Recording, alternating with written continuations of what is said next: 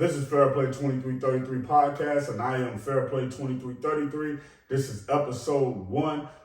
The first thing I want to do is tell y'all a little bit about myself. So, from Chicago, Illinois, I've stayed on the near west side, I've stayed in the Austin area, I've stayed in Inglewood, and I stayed in West Pullman for a small amount of time, right? I'm popular for the Chicago do's and don'ts. What made me even more popular is Chicago do's and don'ts most dangerous gas stations. I probably was sitting at like 4,000 followers on Instagram. I posted a Chicago do's and don'ts to TikTok. DJ Academics found it randomly, posted it on his Instagram, and that shot me up to like 17,000 Instagram followers. After that, June of this year, I started doing Chicago's most dangerous gas station, June 2nd of 2023.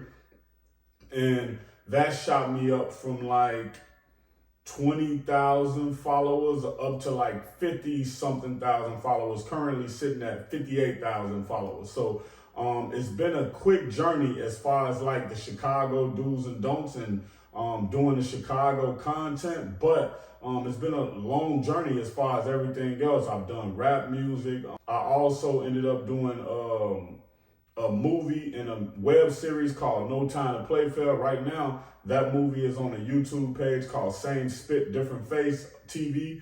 The movie is called No Time to Play Fair, spelled exactly how it sounds. And it's sitting currently at 230,000 views. It's been out for about a year now. And the actors for that are just my friends from around the way.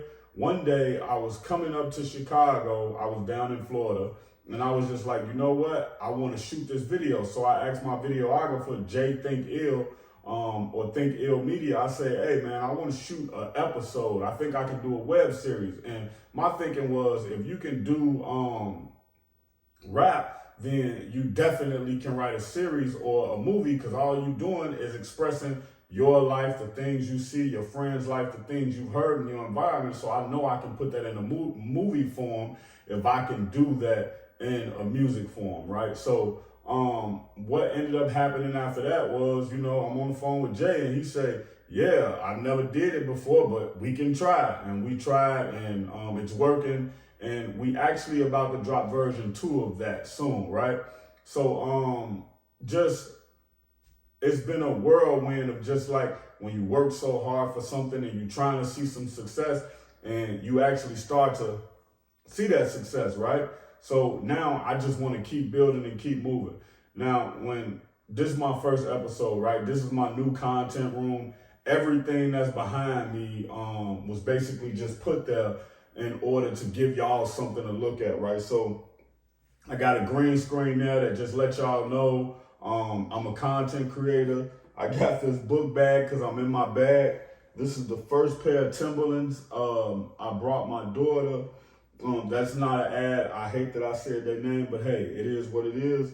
I put this weight here because I'm starting back to work out, but also you see it's a Mo Control sitting on top of it because I control my strength, man. One of my favorite things to say is God gave me power, and that's just like my mantra I use at times when I don't feel my best or I don't feel like I want to get up and do certain things, etc. And I've been using that mantra probably since like 2009, just to keep me pushing through things that I might feel like I don't want to do, but I know I have to. Over here, we have a Mogul Life jersey. This is a Mogul Life jersey from a video that I shot, music video. And I think the music video was the Hardaway remix. This is the actual hat that go with it. And this was just some ambiance just to add to the back. The box is here because I just moved into my new place, and I also just started moving into this new content space that I'm trying to create stuff in. So the background is going to change significantly over time, but I just wanted y'all to come on this journey with me. And this right here is just a pair of shoes. Y'all know what kind it is, man. It's the Jordan 1s, and I just have them sticking out the box, just to let y'all know that I'm an out-the-box thinker. And I'm just going to jump into my topics. Okay, Chicago do's and don'ts, right? Chicago do's and don'ts. I basically came up with that one day, and I remember one of my friends had just came home from the feds, and He had been home probably about 3-4 months. But anyway, I came up with the idea and I kind of just hit him up and I was like, hey man, I think I'm gonna do Chicago do's and don'ts. And when I was explaining it to him, he didn't really understand the concept. He was like, man, I don't know about that. That don't really sound. I'm like, bro, it's gonna work, trust me. And so I've been around him for a long time and he kind of know my character and he know if I say I'm gonna do something, I'm gonna go my hardest at trying to do it. So even though he didn't really understand it, he was supportive of it. And then when I did the first video, I posted it on Instagram, not Instagram, I posted it on TikTok. I posted it on TikTok probably like 10 o'clock at night or something like that, 9. And then it was like 20,000 views, 30,000 views, 40,000 views, 50,000. And then I woke up the next morning and it was at like 150,000 views. So I'm like, oh yeah, this is definitely gonna work. And I knew it would. I know that may sound cocky, but I definitely knew it would work, right? So just after that, I just continued to do that and I started to do skits. Now, let me tell y'all how I actually got into skits. Big Lowdown, right? He one of my homies from the West Side. Y'all probably know him, Big Lowdown and Uncle Hank. They do a lot of skits together, great comedians. So I had seen Big Lowdown and I was doing season 2 of No Time to Play Fair, the web series. And I had hit my boy Black up and I'm like, yo, I think I want to get in touch with Big Lowdown, man. I think I want him in a skit. And I didn't know at the time. He was like, oh yeah, that's my man. Let me hit him up. I'm gonna get you right in tune with him. So you know how like a lot of people like the middleman. You know, he ain't middleman me. He put me right in touch with Big Lowdown, right? So we get on the phone. I tell him my idea. He say, bet, I'm gonna pull up on you. He pulled up on me so y'all can see Big Lowdown in No Time to Play Fair season 2, episode 1. And y'all will be, man, I think he one of the best comedians, but even past comedian, I think he one of the best actors that's undiscovered right now. So just going through that, I ended up like, okay, I'm gonna try to do some skits. But I was just conflicted because I knew my brand is a more serious brand. One thing I don't want people to look at me, I don't want people to look at me as like too serious, but I don't want people to look at me as like, you know, you got some comedians that things go through with them and then you look at them just like a silly guy, you know what I'm saying? I didn't want to be looked at as like a silly guy, so I had to really understand what I wanted to do. So I was like, you know what? I want to do hood comedy. I want to do real scenarios that will happen in the hood, but exaggerated, but also find a way to make it broad enough where it wouldn't isolate any type of demographic. And I think I ended up finding that with the Chicago do's and don'ts and also with the skits. So just moving forward after that happened, like I say, I started doing like the gas stations. And the gas stations, the first gas station I did was on 71st and Damon, Chicago do's and don'ts, most dangerous gas stations. And that one instantly blew up. I'm talking about it started going crazy because the gas station at the time is back open now, but it was boarded up at the time when I actually shot that video, right? So I'm talking about it went crazy. And that was the beginning of when I was like, yeah, I know that I'm gonna do this and I know that it's gonna work. So at that other space now, let's talk about some things in pop culture and hip hop. Lil Tim, the guy who shot and allegedly killed King Von, down in Georgia, they dropped his charges. Now, I told y'all from the beginning they was going to drop his charges. Why? Because Georgia is a stand your ground state. Now, when you look at that situation, King Von ran up on Quando Rondo and they started having a fight and Lil Tim hopped out the car and hit him. What people got to understand is one thing about the stand your ground law, a lot of people think it's only if your life is in danger. Well, with the stand your ground law, if other people's life is in danger or somebody else you with or around you life is in danger, you also allowed to use deadly force to basically save their life, right? So I knew from day one that Lil Tim wasn't gonna get prosecuted for this. I mean, Whack 100 been talking about it. He's saying, well, now since he free, what they gonna do about him being free because that's supposed to be their man and stuff. So, you know, Whack 100, he get into the politics and all of that type of stuff, right?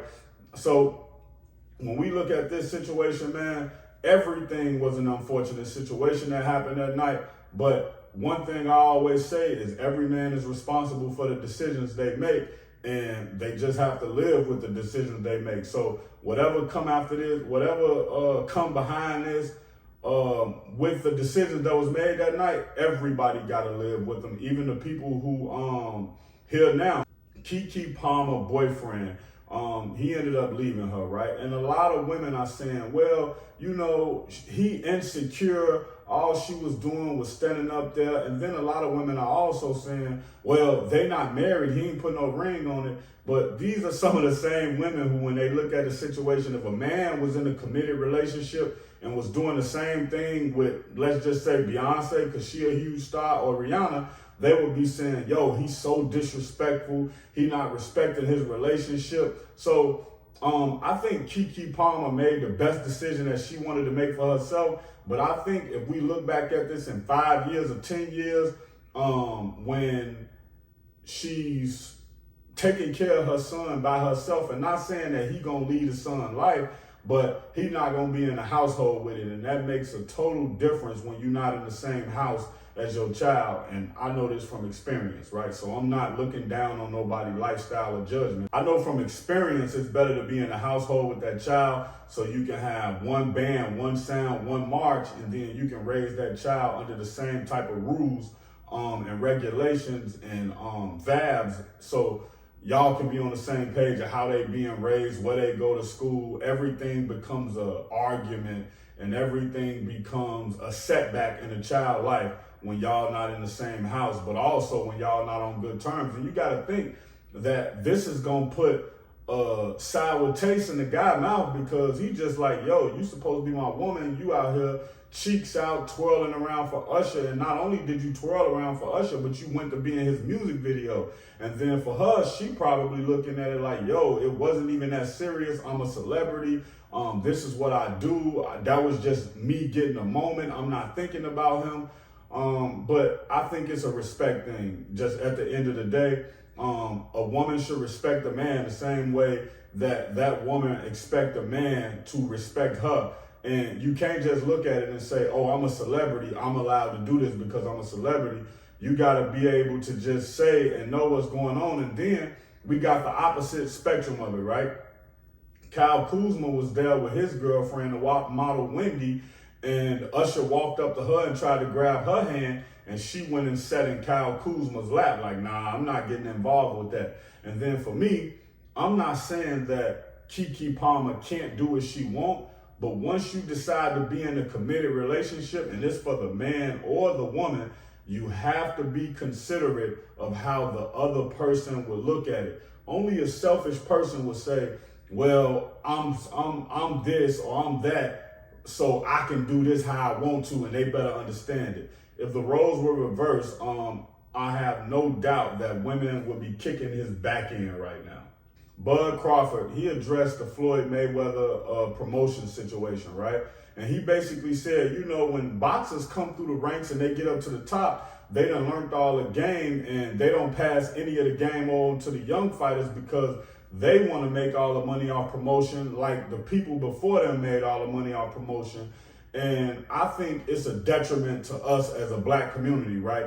You already know that it's not so many of us, so why not give Bud Crawford the game, give Bud Crawford the game and be like, yo, this is how I do my promotion. This is how I set up my infrastructure. I want you to go do this so you can get the most money out of it and you pass it on. But the one thing that happened, and it's crazy, Dr. Umar basically talking about how, like, you know, when you be in the church, it could be an 80-year-old pastor there and it could be a 24-year-old pastor coming up. And the 80-year-old pastor just like, oh, you got to wait your turn. You got to sit behind me because that's how it was done, instead of letting him preach, the younger pastor preach every once in a while just to get his chops in the field and be able to get a feel for being a pastor and go through those growing pains. So by the time he's 30, he'll be a way better pastor than the 80-year-old was when he was 30.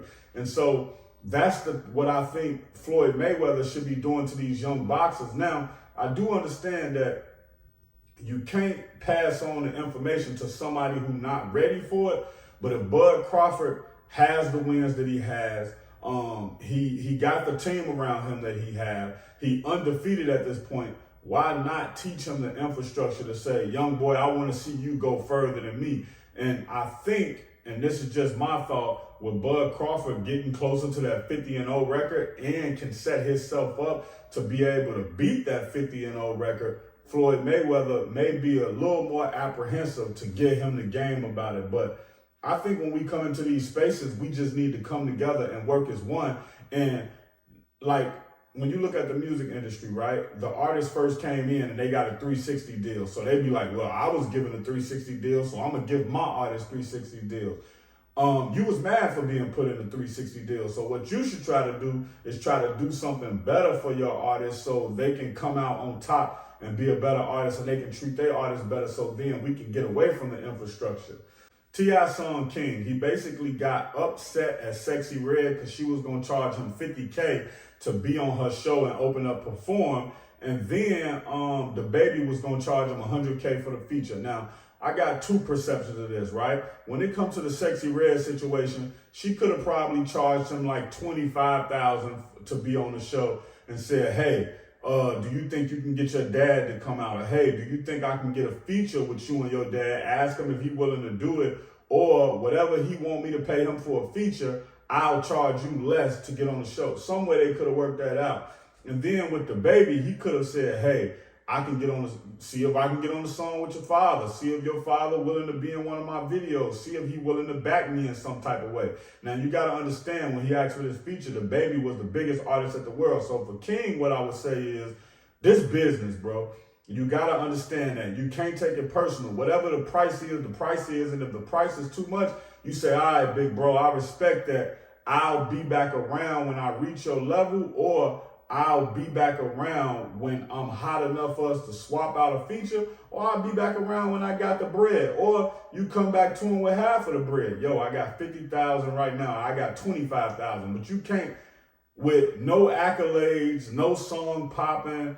You only known on the internet for doing knucklehead shit, right? So you can't come to an artist like the baby, who way established #1 hits and all of this stuff, and you can't come to Sexy Red, who is one of the hottest female rappers on the rise right now, and think they gonna just give you something for free because you T.I.'s son. And that's just my observation of it, you know? And before we leave, right, I wanna leave y'all with one positive message.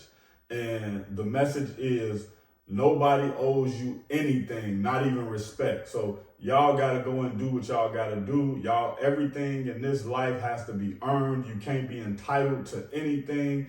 And that was the first episode of Fairplay 2333 podcast. And I want y'all to just continue to rock with me. I'll be back. And like I said, man, as y'all look around and y'all see all this stuff, as time go on, y'all will see this become more of a studio. The reason why I didn't wait until I had everything together and I didn't wait for everything to get here is because why put off tomorrow what you can do today? A lot of people is waiting for the perfect situation to happen, and the perfect situation never gonna happen. So that means that that person is never gonna get to the destination they're trying to get to because they're waiting on everything to be perfect. Peace.